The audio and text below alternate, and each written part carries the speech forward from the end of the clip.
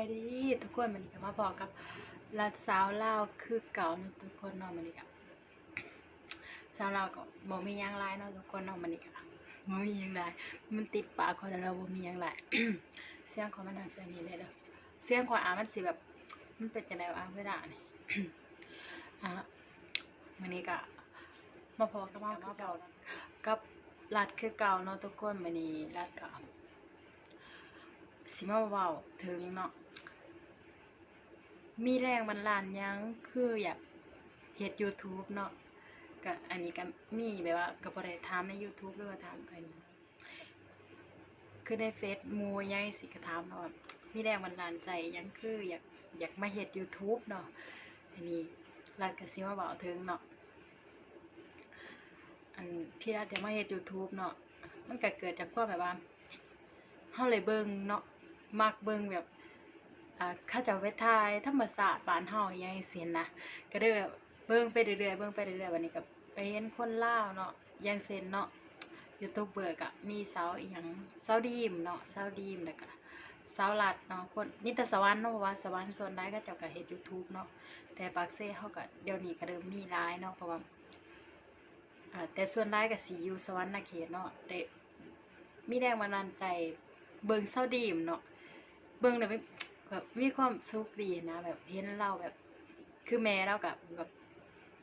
เราก็ถ่ายว่าถ่ายให้ดูให้เต่าน้องมีความสุขดีแบบตัวเองก็ยังมีแบบนั้นอยู่ได้ แต่ก็เห็นเราแบบเบิ่งมันก็ซึมซับเข้าเรื่อยๆเนาะแบบมันก็เห็นหลายผู้หลายคนเฮ็ดนึงแบบเบิ่งแล้วกับมีความสุขม่วนดีเนาะทุกคนเนาะขนาดนั้นมาเฮ็ดจังซี่ถึงเวลาสิบ่แบบมีคนติดตามเป็นหมื่นเป็นพันเป็นแสนเป็นล้านอย่างสิก็ย่างเถาะติดตามกันไปเรื่อยๆเนาะก็ติดตามสำนี้ก็บ่ได้อีหยังเนาะเพราะว่าเฮาเฮ็ดระดับเป็นคนที่ตัดต่อคลิปบ่เป็นเนาะตัดต่อคลิปบ่เป็นบัดนี้ก็ไปเบิ่งใน YouTube ได้เบิ่งนำเขาเจ้ามาน่ะแบบเห็นเขาเจ้าแล้วก็แบบอยากเฮ็ดเนาะอยากเฮ็ดอยากลองเบิ่งเนาะก็ไปให้น้องอันสมัครอันนี้ให้เนาะสมัครYouTube ให้เนาะก็มาลองเฮ็ดตอนแรกๆก็ตัดต่อบ่เป็นได้ปล่อยไปซื้อเฮ็ดเด่นๆเนาะแบบม่วนเบิ่งสิลองเบิ่งก่อนนะว่าสิมีคนมาติดตามบ่แล้วก็สิมีคนมาคอมเมนต์บ่ไอ้ที่รุ่นที่สุดนี่คนติดตามบ่ค่อยรุ่นปานใดเนาะไอ้รุ่นบ่คนมาคอมเมนต์เนาะสิท่าเบิ่งสิมีนำเขาอยู่บ่นะแบบไปเห็นเขาเจ้าเนาะก็มีแรงบันดาลใจอยากเฮ็ดเนาะอันนี้แหละเนาะก็คือแบบความที่เฮาอยากเฮ็ดแล้วก็อยากแบบแสวงหาแนวที่แบบหลายคนก็ถามเนาะว่าดัดเป็นคนเว้าเก่งจริงแต่ว่าเรื่องแสดงออกนี่บ่ค่อยออกปานใดเนาะเพราะว่าอายได้กว่าแต่ก็มาเฮ็ดจังซี่ก็เดิมแบบบ่ค่อยอายเนาะเพราะว่าหลายคนก็เฮ็ดแบบนี้แล้วก็เฮาสิอายไปเฮ็ดหยังเนาะก็อยากเฮ็ดเพื่อความสุขของเฮาเองซื่อแบบได้เว้ากับหมู่ได้เว้ากับเพื่อนคือจังซี่ได้ก็เฮ็ดลงไปก็มีคนมาติดตามมีคอมเมนต์ส่ำนี้ก็ดีใจแล้วเนาะม่วนเนาะถามว่าม่วนบ่ม่วนอยู่เด้แต่ว่ารัฐยังบ่ทันได้มีเวลามาไลฟ์สดหรือว่าอีหยังทุกคนฟังเนาะอาจสิมีน้อยเนาะเพราะว่าเวลาเฮาแบบเฮาเฮ็ดงานทั้งกลางคืนกลางเว้นเนาะมันก็แบบถ้าเราสิมานั่งไลฟ์สดมันก็บ่แม่นเนาะยังเฮ็ดงานแล้วก็ถ้ามื้อใดว่างเฮาก็ไลฟ์เนาะเพราะว่าคือตอนนี้ยังแบบคันบางว่าก็สิได้ทุกคนเบิ่งเนาะแล้วก็ไอ้เว้าเรื่องอันนี้เนาะมีแรงบันดาลใจเฮ็ดก็ไปเบิ่งใน YouTube เนาะเบิ่งอาจารย์เสกสรรเบิ่งเอื้อยไนท์ทวิตอยู่เนาะเบิ่งเราเรื่อยๆเบิ่งแล้วตัดต่อเนาะก็ตัดต่อบ่เป็นเนาะตอนเด็กๆก็โอ้ยโงกได้โดดมาเฮ็ดหยังก็บ่เป็นเนาะเข้าว่าแอปฟรีคือใส่บ่ได้ว่ะเจ้าของก็แบบก็ยากแหละก็เบิ่งเรื่อยๆเบิ่งไปก็ก็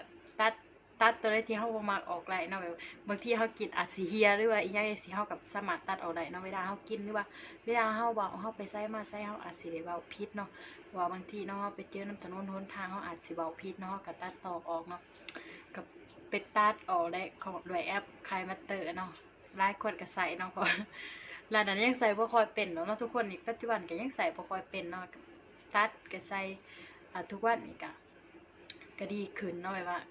ตัดต่อใส่อันนั้นอันนี้แต่ว่ายังแบบว่าใส่เพลงหรือว่าใส่หยังสิรัดกับพ่อไหลเนาะไปเบิ่งมาเนาะแบบในตัดต่อคลิปเฮาอาจสิบ่เป็นได้นะแต่ว่าเป็นน้อยนึงก็มาตัดต่อคลิปหันแบบร้านนั้นม่วนเด้ บางทีเนาะเพราะว่าเขาเลิกงานมากกับเที่ยงคืนเนาะเวลาเห็นงานกะ9 โมงกะสัมประมาณตี 1นี่ยังตัดคลิปอยู่ตัดแล้วก็เพื่อนไปเลยมวนไปเลยแต่บางทีคืนหนึ่งบางทีคลิปหนึ่งคันนอนมารับก็2 คลิปไปเลยเนาะบางทีเขาอัดไว้บางทีเขาถ่ายมื้อนี้ลงมื้ออื่นมันกะอาจบางทีอาจสิบ่ได้เนาะบางเทื่อก็ได้บางเทื่อก็บ่ได้เนาะแต่แบบมวนในการตัดคลิปของตัวเองเรื่อยๆเนาะแต่ว่าร้านไหนยังโดดเสียงซาวด์ด้วยเสียงเอฟเฟกต์เข้ามายังบ่ได้เนาะเพราะว่ายังแบบยังศึกษาอยู่เนาะยังบ่เป็นว่านึงเฮาก็เรียนบ่ได้สูงหรือว่าอิหยังเนาะแค่แบบไปเก็บเกี่ยวเอาของอาจารย์หรือว่าของครูที่เพิ่นสอนมาซื่อๆเนาะเก็บเกี่ยวเอาลองมาเฮ็ดเบิ่งเนาะก็ได้ส่ำนี้แล้วเนาะทุกคนเนาะแต่ก็ถามว่าอันนี้บ่กับแรงบันดาลใจมันก็เฮาก็บ่ได้คิดหรอกว่าสิมีคนติดตามเนาะแต่ก็ถ้าว่ามีแรงบันดาลใจอยากเฮ็ดก็ย้อนแบบเฮาเบิ่งนะแบบเป็นตามีความสุขดีเอาเว้าง่ายๆเนาะแบบขณะเบิ่งแล้วก็ยังมีความสุขเห็นสรีมเนาะไปถ่ายกับแม่เนาะสรีมสาวลาวเนาะไปถ่ายกับแม่หรือว่ากับน้องกับหนุ่มแล้วแบบเอื้อยน้องอีหยังจังซี่นะโอ้มันอยากมีชีวิตแบบนั้นเนาะว่าถ้าว่ามันก็ม่วนอยู่ว่าอยู่กับเอื้อยน้องปัจจุบันดาก็อยู่กับเอื้อยน้องเนาะแต่แบบเฮ็ดเพื่อความสนุกอีหยังจังซี่เนาะเพราะว่าเอื้อยน้องหั่นก็สนับสนุนเนาะเรื่องนี้หั่นเอื้อยน้องข้อยเองหั่นสนับสนุนแบบเฮ็ดโลดเพราะว่าเอื้อยข่อยนั้นเราก็แบบมักเบิ่งจังซี่บัดนี้ก็ลองเฮ็ดเบิ่งแล้วว่าคันกะอิหยังจังซี่นะก็เลยตัวเองก็แบบตอนแรกๆก็ใจแน่บ่ใจแน่เนาะทุกคนเนาะแต่ก็เฮ็ดมาเรื่อยๆก็โอเคแบบได้เว้ากับทุกคนได้คอมเมนต์คนบ่รู้จักหรือว่าคนรู้จักก็แล้วแต่เนาะก็ถือว่าเป็นเพื่อนมิตรสหายคือกันเนาะมันก็ม่วนเนาะทุกคนเนาะอันนี้ยอมรับเลยว่าม่วนเนาะเวลาคอมเมนต์ไลฟ์สดจังซี่เนาะเห็นกันโอ้ม่วนดีโอเคอะสำหรับข้อยมักอยู่แต่บางทีอาจคนอื่นก็จะรู้สึกว่าเฮ็ดตามภาษาของเฮาที่เฮามักซื่อๆเนาะเฮามักได้ล่ะอันนี้เฮาก็เฮ็ดไปควบคู่กับงานเฮาบางทีเฮาเหงาเฮาเบื่อเฮาเซ็งเฮาก็เว้าสามารถเว้ากับหมู่เพื่อนใน YouTube ได้เนาะเพราะว่าใน Facebook ปัจจุบันนี้ก็ เงียบเนาะเพราะว่าบ่ได้เว้ากับไผ แต่ก็เว้าก็มีแต่เว้ากับเอื้อยน้องเฮาเองเนาะบัดนี้ก็มีแหล้วเนาะที่แรงบันดาลใจเฮาอยากเฮ็ด YouTube ก็เพราะว่าเฮ็ดเบิ่งคนอื่นแล้วมีความสุขแล้วก็เวลาเมื่ออยู่บ้านอยู่เมืองก็ถ่ายธรรมชาติบ้านนาให้ทุกคนเบิ่งเนาะแบบว่าถ่ายธรรมชาติบ้านไผบ้านมันแต่ละบ้านมันก็สิบ่คือกันเนาะทุกคนเนาะเพราะว่าบางคนเขาก็เฮ็ดนาแซงบางคนก็บ่เฮ็ดนาแซงอิหยังมันก็หลายๆอย่างเนาะคือบ้านดัดมันก็อีกแบบนึงบ้านเขาเจ้าก็อีกแบบนึงแต่ว่าเฮาก็อยากเมื่อวานนี้จังซี่ก็แบบเป็นหนึ่งนั่นน่ะเป็นคนมักถ่ายวิดีโอไว้อยู่แล้วเวลาไปเดินไสก็ถ่ายเนาะแล้วก็เป็นคนที่มักถ่ายรูปหรือว่าถ่ายรูปเนาะถ่ายรูปเป็นคนที่มักถ่ายแห้งเนาะแบบแบบเอื้อยน้องจนว่าหายเนาะว่าถ่ายหยังพิดึกพิโดแท้ว่าก็ได้แบบเฮาได้เกิดได้ความว่าเฮามักถ่ายรูปมักอัดวิดีโอมักเด่นก็ลองมาเฮ็ดเบิ่งดีกว่าสิแบบว่าเฮ็ดไปเด่นๆเนาะพอได้ทุกคนเบิ่งความตลกหรือว่าความฮาของเฮาเองเนาะ ดังนั้นเนาะรัดก็มีแรงบันดาลใจซ้ำนี่แหละเนาะก็ถือแบบมีแรงบันดาลใจในสิ่งที่เฮาเบิ่งเฮาเห็นคนอื่นถ่ายเป็นตะม่วนเนาะหลายเนาะรัดได้ติดตามก็หลายคนเนาะติดตามเบิดแหละ YouTube แต่ละคนบ้านเฮานี่เกือบทุกคนเนาะปากเซ่ก็ติดตามเกือบเบิดเนาะเซาควรแล้วก็มีสาวดิงอิหยังจังซี่เนาะแล้วก็ถ้าเว้าผิดประการใดก็ขอโทษขออภัยเนาะเพราะว่านี่แถวนี้เฮาก็ทุกคนที่เฮาเว้ามานี่เฮาได้ติดตามเบิดเนาะเพราะว่าเฮาติดตามเขาเจ้าก่อนเนาะจะได้แบบตัวเองก็ได้อยากมาลองเฮ็ดเบิ่งแบบอาจสิแบบโอเคในส่วนหนึ่งเนาะแบบว่าก็อยาก